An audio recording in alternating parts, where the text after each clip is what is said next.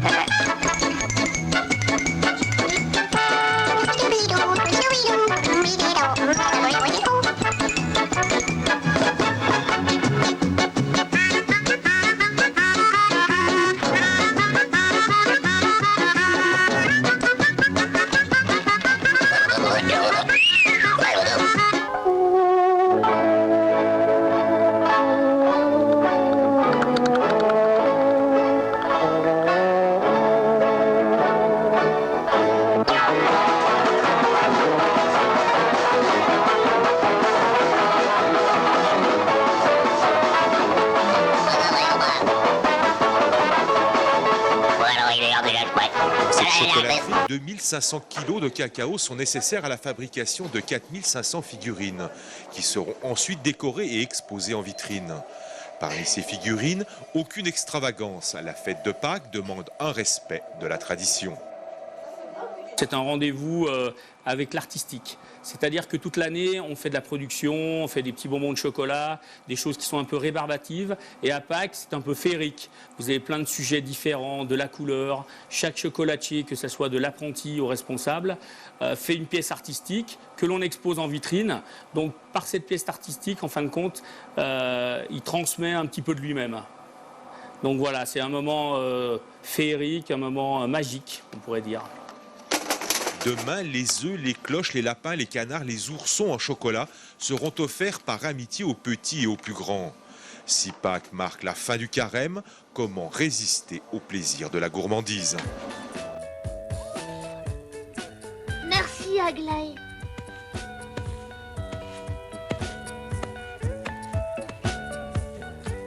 J'installe tout de suite mon store en métal. J'ai trouvé de la peinture, mais pas de pinceau. Oh, ça fait rien. On va s'en passer. Comment? Avec Hortense, la vache.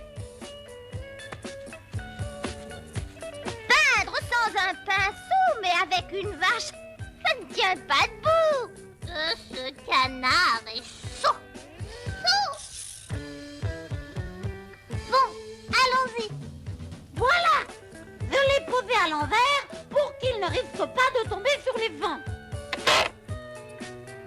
Tiens, Et tu peux le fixer à mi-course, ici. et cela me fait une fenêtre. Pourtant, n'est-ce pas? Je vais revoir la fixation. Bon, écartez-vous, ça va éclabousser.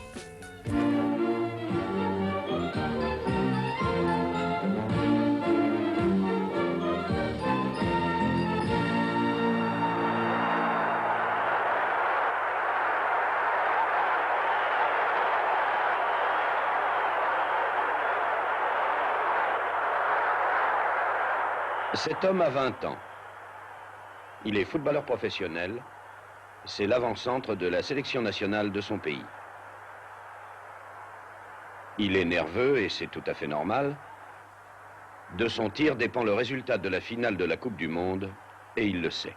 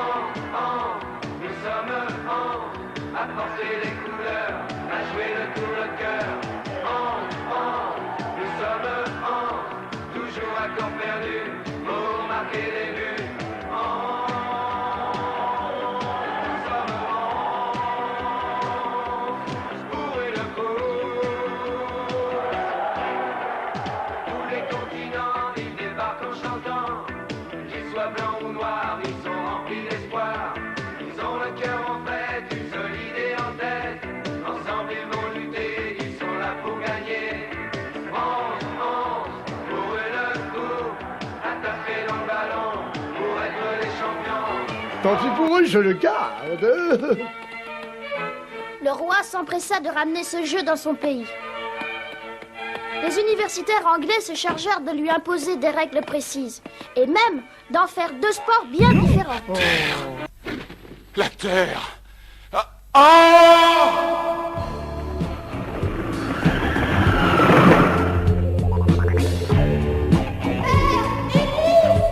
Télémaque.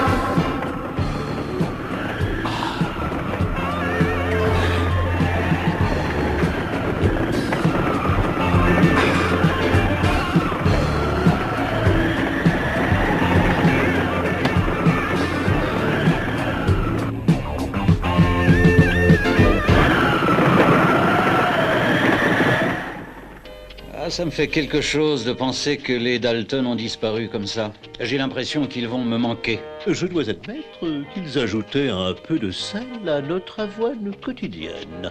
Fièrement accrochée au plus haut sommet du Nord, elle domine avantageusement toute la plaine de Flandre. Son moulin, résolument tourné vers l'avenir, a vu s'éventer bon nombre d'hôtes illustres. Le dernier en date, Ambroise Lapin, ennemi public numéro 1. C'est ici qu'il a trouvé son gîte. Malheureusement pour lui, il n'est pas seul. L'agence Labricole, la meilleure agence de détectives du monde, a de bonnes raisons, elle aussi, d'ouvrir boutique à Cassel. Le patron, c'est Agénor Labricole, agent astucieux, diplômé de nombreux cours par correspondance. Pierrot, son fils, bricoleur dans l'âme, l'aide de son mieux. Vous avez vu mon nouveau sifflet? Il est chouette, hein? Quant à Barnabé Moll, adjoint d'Agénor, il a eu une grande idée. Arrêter Ambroise Lapin. Après cet exploit, évidemment, tout le monde connaîtra l'agence Labricole. Allez, descendez, monsieur Moll.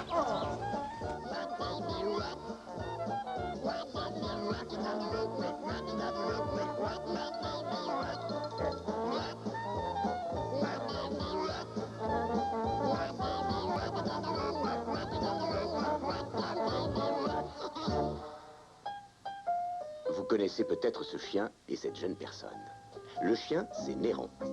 Et sa petite fille, c'est Lucie. Nous vous avons déjà présenté une de ses aventures, vous vous rappelez? Elle passait ses vacances chez son grand-père. Justement, le voilà, son grand-père. Oh non, pardon, non, son grand-père, le voilà. Médecin à la retraite, membre de la Société locale des Amis de la Nature, vice-président de la Société protectrice des animaux. Et oui, il aime les animaux, et ceci le lui rend bien. Depuis l'arrivée de Lucie, il est complètement débordé. Ah, voici le père de Lucie. Et voici sa mère.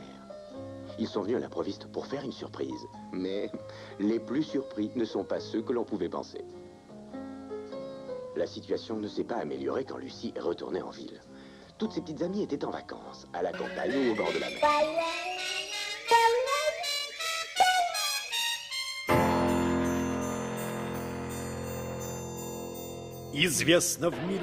Ceux qui allaient passer l'été ailleurs s'embarquaient sur le Paul Jones, et Tante Polly, en plus de Tom et de son frère Sid, avait sous sa garde Becky Thatcher. 63 et 64 pour qui cook, s'il vous plaît.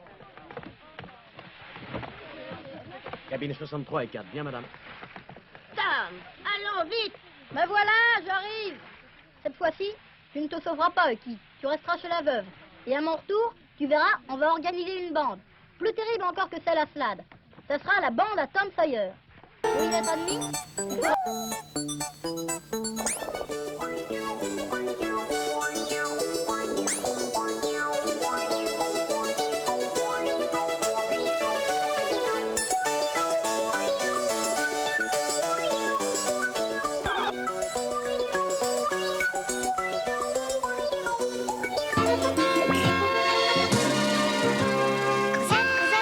Je t'entends chanter.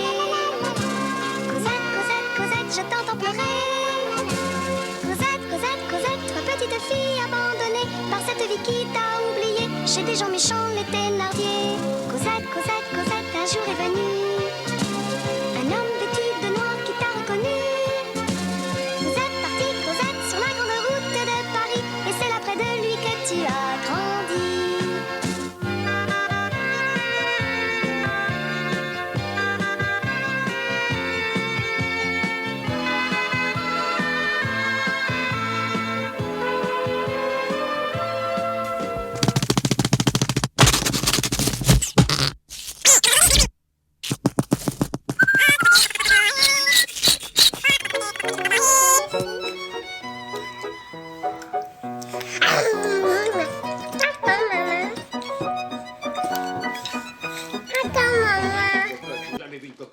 Ah ça, il a pas dû vous en occuper souvent, on est comme ça. Sûrement pas.